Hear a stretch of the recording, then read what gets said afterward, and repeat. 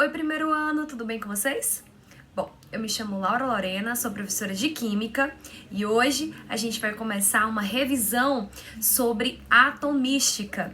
Isso mesmo, eu sei que vocês já estudaram, mas agora nesse período a gente vai fazer revisões sobre esses assuntos.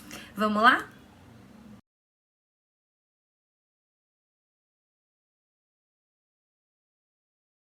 Bom, gente, tudo começou com dois filósofos, Demócrito e Leucipo, onde eles começaram a estudar a matéria e do que a matéria era feita.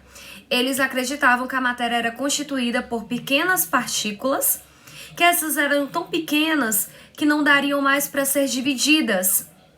Então ele chamou de átomo, que vem de anão e tomos divisível, aquilo que não era mais dividido.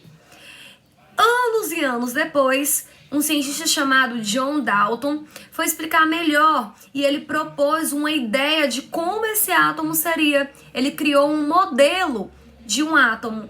Ele imaginou que esse átomo era uma esfera maciça, ou seja, cheio de massa. Não dava mais para ser dividido porque já era muito pequeno, indivisível. Também não daria para ser destruído, indestrutível. E homogêneo, era uma bolinha de massa toda por igual. Ele comparou esse modelo com uma bola de bilhar. Anos depois, outro cientista chamado Thomson, ele estava na época estudando sobre eletricidade e ele fez um experimento envolvendo a ampola de Crookes, que ele conseguiu comprovar que, na verdade, o átomo tinha cargas positivas e negativas. Então, ele acabou destruindo o modelo de Dalton, porque Dalton não falava de cargas elétricas. Quem falou? Thomson. Ele disse que, na verdade, o átomo ele era uma esfera, sim, com massa, porém essa massa tendo carga positiva e por cima ficariam os elétrons, que eram as cargas negativas. A esse modelo ele chamou de pudim de passas. Anos depois, outro cientista chamado Rutherford, com o seu experimento num bombardeamento de partículas alfa em uma fina lâmina de ouro, né, uma folhinha de ouro, ele percebeu que, na verdade, o átomo não era uma bola de massa, não. Pelo contrário, o átomo ele era um grande vazio, ele tinha pouca massa concentrada em uma pequena região, que ele chamou essa região de núcleo. E no núcleo desse átomo estaria toda a sua massa e cargas positivas. E ao redor girariam os elétrons, num lugar que ele chamou de eletrosfera. Ele associou o modelo dele com o sistema solar, o sistema planetário.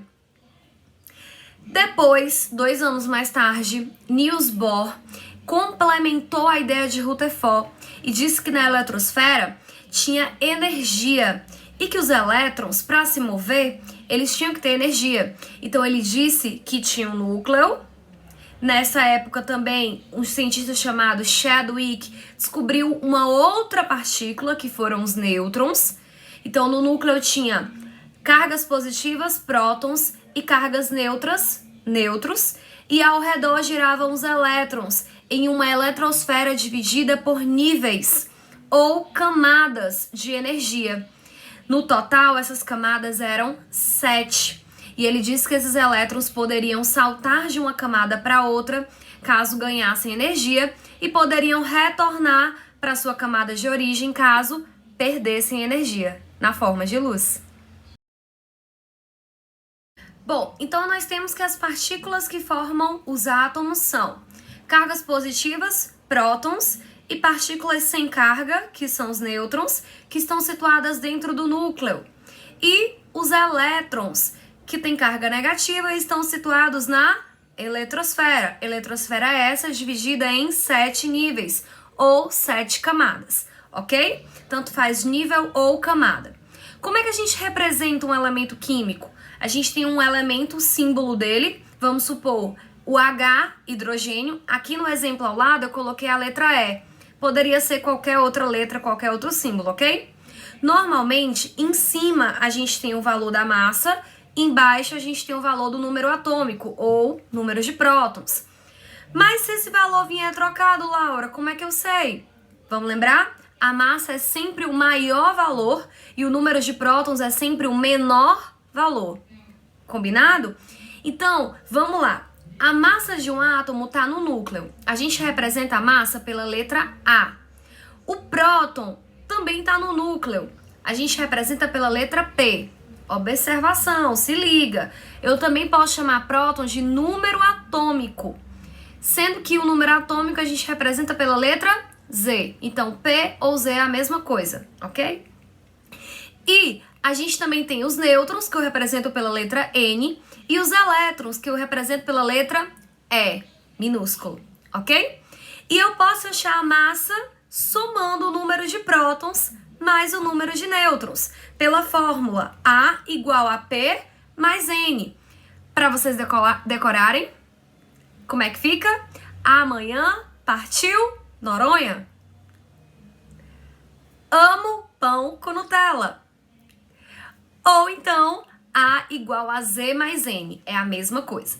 Lembrando, em um átomo neutro, o número de prótons é igual ao número de elétrons. Em um íon, esse número de elétrons vai ser diferente, porque se eu tiver um cátion carregado positivamente, ele perde elétron.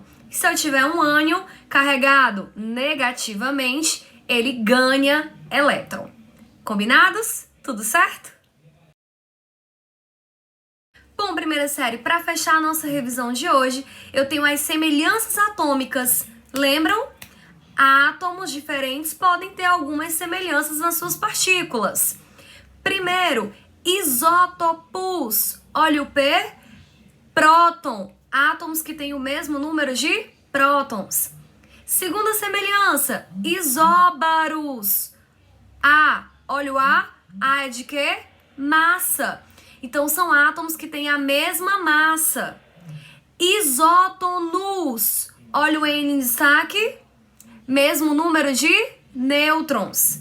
E isoeletrônicos. Olha o que está em destaque. Elétron. Quer dizer que são átomos que têm o mesmo número de elétrons. Bom, gente, essa foi a nossa revisão de hoje sobre modelos atômicos. Espero que tenha ficado claro para vocês e até a próxima aula!